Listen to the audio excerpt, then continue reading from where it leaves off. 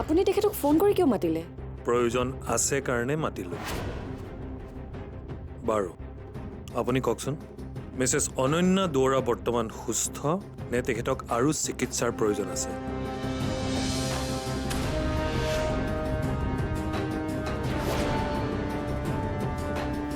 এই মুহূৰ্তত তুমি মোক প্লিজ একো নুসুধিবা। বুজি পাইছোঁ, মোৰ কাৰণেই আপোনাৰ এই দশা হৈছে। আপুনি তেনেকৈ নাহিবচোন। আপোনাক এইদৰে চিন্তাত থকা দেখিলে ঘৰৰ আন মানুহে কি বুলি ভাবিব?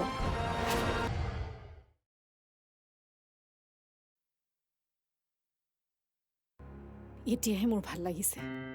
বৰ্ণৱক কেনেকুৱাকৈ চাৰিওফালৰ পৰা পকাই ধৰিলোঁ যে সি সঁচা কথা ক'বলৈ বাধ্য হ'ল। নহ'লে উপায়ো নাছিল। বেচেৰা ভণ্টিও উচিত চিন্তাই কৰিলে। সি যেনেকৈ আমাৰ দুজনীক বিচ্ছেদ কৰোঁতে আগভাগ লৈছিল, ঠিক তেনেকৈ এতিয়া আমাৰ দুজনীক একেলগ কৰিবলৈ সি আগভাগ ল'বলৈ বাধ্য হ'ব। কিন্তু বৰ্ণৱ এতিয়াও হাৰি যোৱা নাই। অৰুন্ধতীয়ে যদি সকলো কথা সহজভাৱে মানি লৈ বৰ্ণৱৰ ঘৰৰ পৰা চিৰদিনৰ কাৰণে গুচি আহে, তেতিয়া বৰ্ণৱৰে লাভ। কাৰণ বৰ্ণৱে সেইটোৱে বিচাৰিছিল। মোৰ মতে সঁচাই হওক বা মিছাই হওক, বৰ্ণৱে অৰুন্ধতীক বিয়া কৰাইছে যেতিয়া চিৰদিনৰ বাবে অৰুন্ধতীক পত্নীৰ মৰ্যাদা দিবই লাগিব। ময়ো বুজাইছোঁ, কিন্তু মোৰ বৰ্ণৱলৈ ভয় লাগে। আজিকালি মানুহে নিজৰ স্বাৰ্থৰ কাৰণে যিকোনো মুহূৰ্ততে বেয়া কাম কৰিবলৈ প্ৰস্তুত থাকে।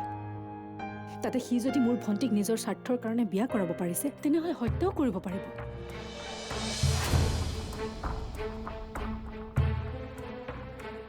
সেইবোৰ কথা ভাবিহে ভয় লাগিছে। তাতে তাই অন্ধ, তাইৰ চাৰিওফালে কি হৈ আছে তাই একো নেদেখে।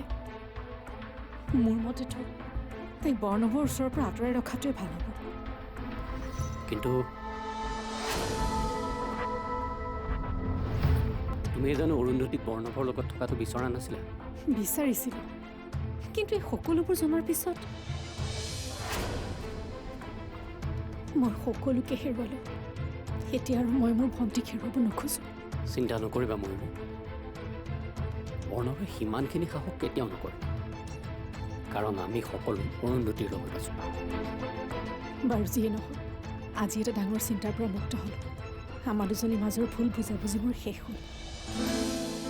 তাই মোক বুজি পালে সদায় এনেকৈ থাকিলে হয় আৰু। কিন্তু এতিয়া আমাৰ দ্বিতীয় কামটো কৰিব লাগিব। বৰ্ণৱৰ সপোনবোৰ চাৰখাৰ কৰিব লাগিব। তাৰ সেই মৰম লগা সৰল মুখখনৰ আঁৰত যে এজন কুৎসিত মানুহ লুকাই আছে, এই সকলোবোৰ কথা সিহঁতৰ ঘৰত নহয়, সমাজৰ মাজত দেখুৱাই দিব লাগিব।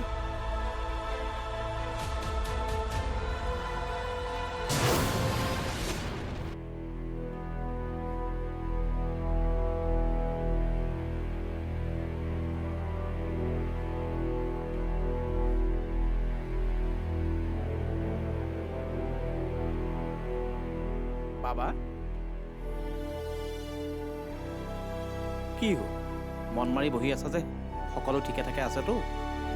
আছে, ময়ূৰীৰ ঘৰত কেনে গ'ল? ভালেই লাগিল দাদু।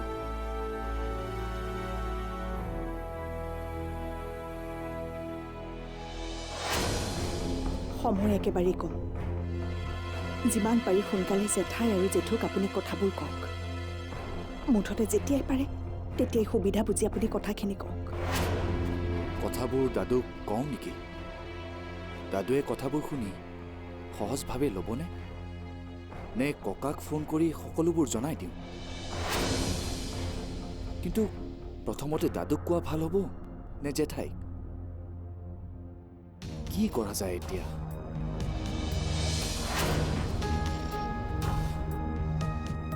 বাবা কি হ'ল? এনেকে থৰ লাগিলা যে? নাই, এনেই। কি হৈছে তোমাৰ? আজিকালি বৰ চিন্তা কৰি থকা হৈছে।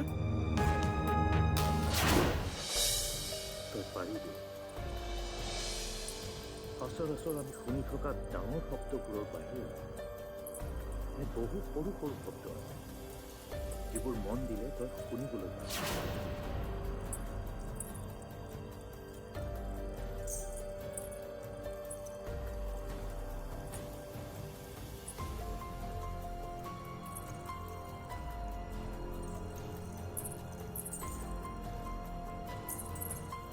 তই অৰুন্ধতীৰ কথা ককাৰ আগত কিয় লগালি? অঁ ঘৈণীয়েৰৰ কথা কওঁতে তোৰ ইমান খং উঠিল নে? মই কিবা এটা লগাব পাৰোঁ কাৰণ সেইখিনি অধিকাৰ মোৰ আছে। চা জেঠাই, মই তোক আগতেও কৈছোঁ, তোৰ যদি মোক কিবা বেয়াকৈ ক'ব লগা আছে মোক ক, তাত মোৰ কোনো আপত্তি নাই। কিন্তু অৰুন্ধতীৰ কথা তই বেয়াকৈ কিয় কবি? এনেই মোৰ ইমান টেনশ্যন, তাৰ ওপৰত নতুনকৈ টেনশ্যন দিছ।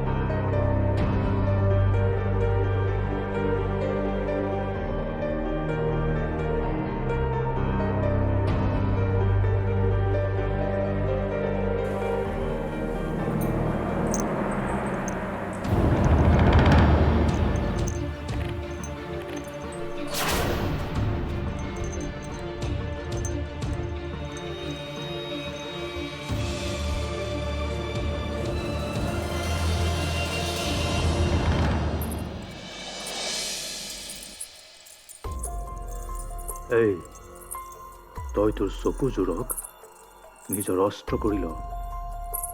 একান্ত মনে শব্দবোৰ শুনাৰ চেষ্টা কৰ। তই পাৰিবি। অঁ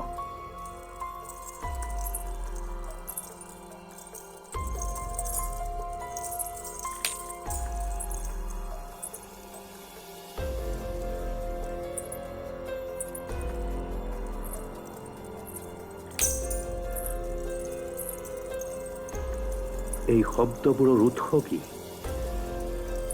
ক'ৰ পৰা আহিছে? তই ভালদৰে শুনি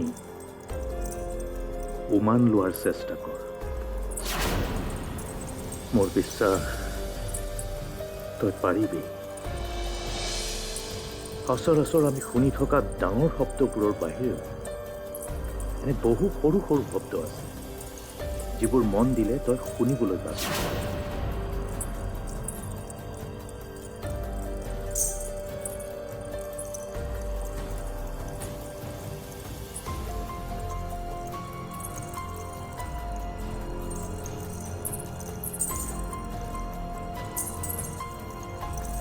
এই জুনুকাবোৰ কোঠাটোত ময়ে আঁৰি থৈছোঁ। এতিয়া মই এই জুনুকাবোৰত শব্দৰ সৃষ্টি কৰিম আৰু তই ভালদৰে শুনি এই শব্দ ক'ৰ পৰা ভাহি আহিছে অনুমান কৰিব লাগিব। প্ৰতিটো জুনুকাৰ শব্দ বেলেগ বেলেগ। তই ভালদৰে মন কৰ, পাৰ্থক্যবোৰ মন কৰ, দিশ আৰু দূৰত্ব অনুমান কৰাৰ চেষ্টা কৰ।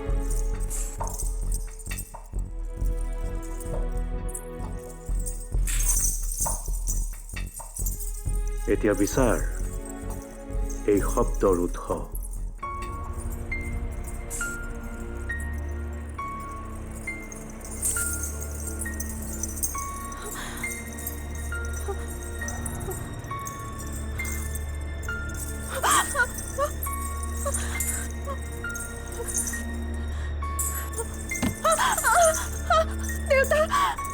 দেউতা, মই একো ধৰিব পৰা নাই।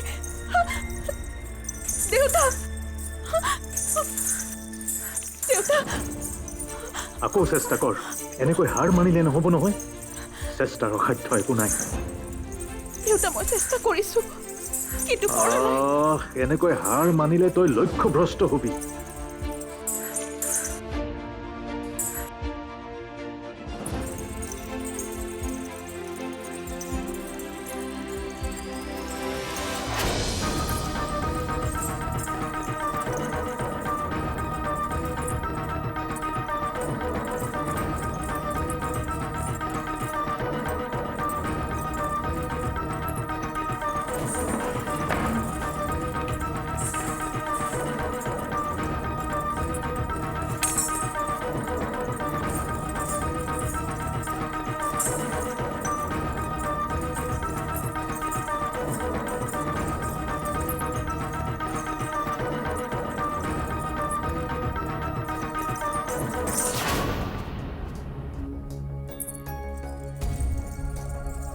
দেউতা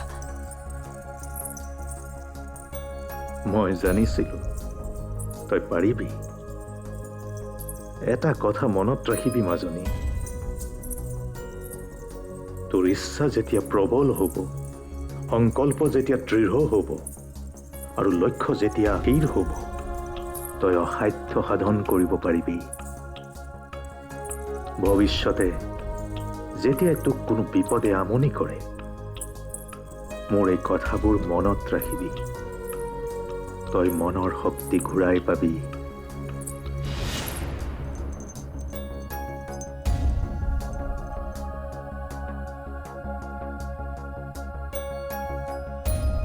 মই গম পাইছোঁ দিয়া, তুমি এইকেইদিন কোনটো কথাত ইমান টেনশ্যন লৈ আছা। মই আচলতে মই বুজিছোঁ, ককাই কথাবোৰ গম পাই তোমালৈ ফোন কৰে বুলি তুমি ভয় খাইছা। মোৰো একেই অৱস্থা। কালিৰে পৰা ককাই কেইবাবাৰো মোক ফোন কৰি একেবোৰ কথাকে বাৰে বাৰে সুধিছে। তুমি চিন্তা কৰিব নালাগে, ককাক ঘৰলৈ আহিব দিয়া, মই সকলো মেনেজ কৰিম। কি কথা দাদু? মই একো বুজা নাই। গায়ত্ৰী যে কথাবোৰ দেউতাক ক'লে, তুমি সেই কথাবোৰক লৈ টেনশ্যনত থকা নাই জানো? জেঠাই জেঠাই ককাক কি কথা ক'লে? গায়ত্ৰীয়ে ভাবে আজিকালি তুমি অৰুন্ধতীক পাই জেঠাইক গুৰুত্ব নিদিয়া হৈছা। সেই ভাবিয়ে কালি অৰুন্ধতী সম্পৰ্কে কিবা এসোপা ক'লেই। সেইবোৰ কথা শুনি দেউতা এতিয়া ঘৰলৈ আহি আছে। আৰু ঘৰখনত কি কি কাৰণত ইমানবোৰ অশান্তি হৈছে দেউতা আহিয়ে সুধিব। জেঠাই এইবোৰ কথা ককাক কিয় ক'ব লাগে? এনেই মোৰ কিমান টেনশ্যন, তাৰ ওপৰত এয়া। কি ক'বা আৰু, আৱেগত পৰি হঠাতে কৈ পেলালে। জেঠাইও যে আৰু। জেঠাই কি হ'ল এনেকৈ চিঞৰি মাতিছ যে? তই অৰুন্ধতীৰ কথা ককাৰ আগত কিয় লগালি? ঘৈণীয়েৰৰ কথা কওঁতে তোৰ ইমান খং উঠিল নে? মই কিবা এটা লগাব পাৰোঁ, কাৰণ সেইখিনি অধিকাৰ মোৰ আছে। চা জেঠাই, মই তোক আগতেও কৈছোঁ, তোৰ যদি মোক কিবা বেয়াকৈ ক'ব লগা আছে মোক ক, তাত মোৰ কোনো আপত্তি নাই। কিন্তু অৰুন্ধতীৰ কথা তই বেয়াকৈ কিয় কবি? এনেই মোৰ ইমান টেনশ্যন, তাৰ ওপৰত নতুনকৈ টেনশ্যন দিছ।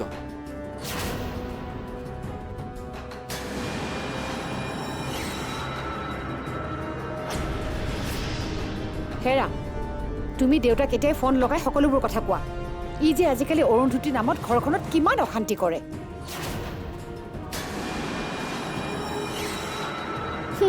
তই নিজকে কি বুলি ভাবিছ? তোৰ মতে সকলো হ'ব? আমি তোৰ আৰু অৰুন্ধতীৰ কথা মতেই চলিম? আমাৰ কি এইখন ঘৰত একো অধিকাৰ নাই? দেউতা আহক, মই তোৰ আৰু অৰুন্ধতীৰ সকলোবোৰ কথা এটা এটাকৈ ক'ম। মই সকলোবিলাক কথা ৰেকৰ্ড কৰি থৈছোঁ।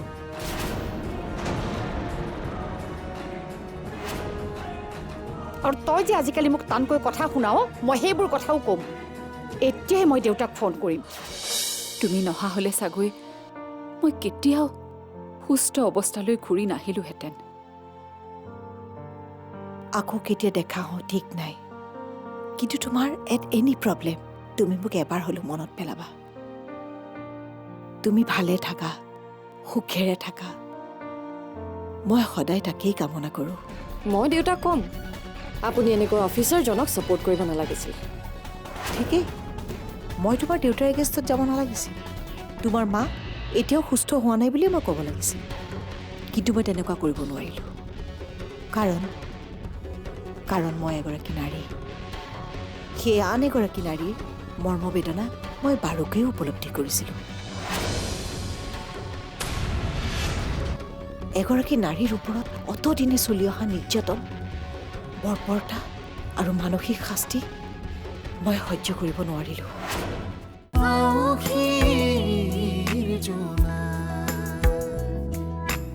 অনন্যা, তুমি সদায় এনেদৰে সাহসী হৈ থাকিবা দেই। এইখিনি সাহস মই তোমাৰ পৰাই পাইছোঁ নন্দিতা। তুমি নহা হ'লে চাগৈ মই কেতিয়াও সুস্থ অৱস্থালৈ ঘূৰি নাহিলোহেঁতেন। আকৌ কেতিয়া দেখা হওঁ ঠিক নাই, কিন্তু তোমাৰ এট এনি প্ৰব্লেম তুমি মোক এবাৰ হ'লেও মনত পেলাবা। তুমি ভালে থাকা, সুখেৰে থাকা, মই সদায় তাকেই কামনা কৰোঁ। ঠিক আছে, মই তোমাক ফোন কৰি থাকিম। তুমিও সুখী হৈ থাকা। বাইদেৱে, আপোনাক আমাৰ ঘৰত মাৰ মানসিক ৰোগৰ চিকিৎসা কৰিবলৈহে দেউতাই আনিছিল, এনেকৈ পুলিচৰ আগত সাক্ষী দিবলৈ নহয়।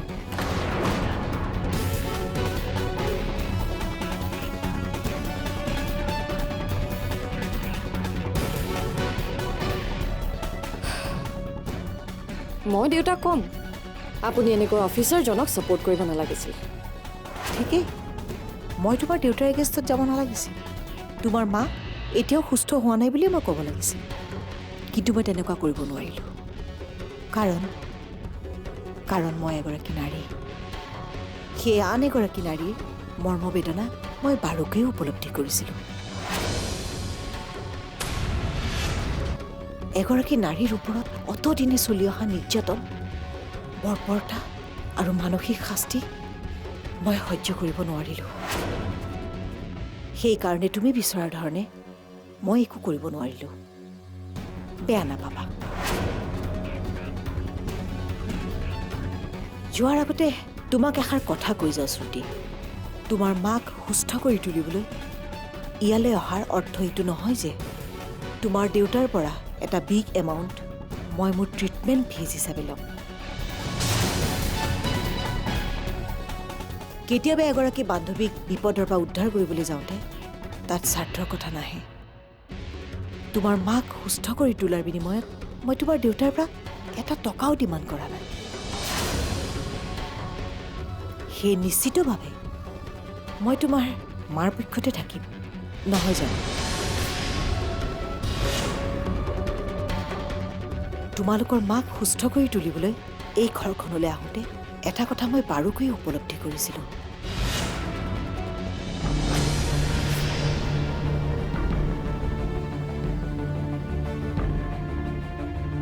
মানসিক ৰোগ আচলতে তোমাৰ মাৰ হোৱা নাছিল, ৰোগী তোমালোকে। গতিকে চিকিৎসাৰ প্ৰয়োজন তোমালোকৰহে আছে।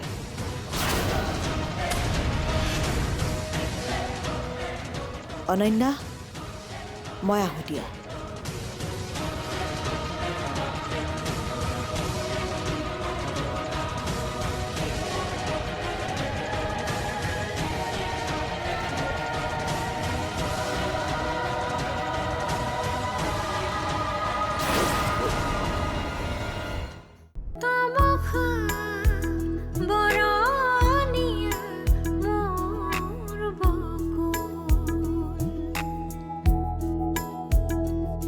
মলয়া জোৰণীয়া জেনাকু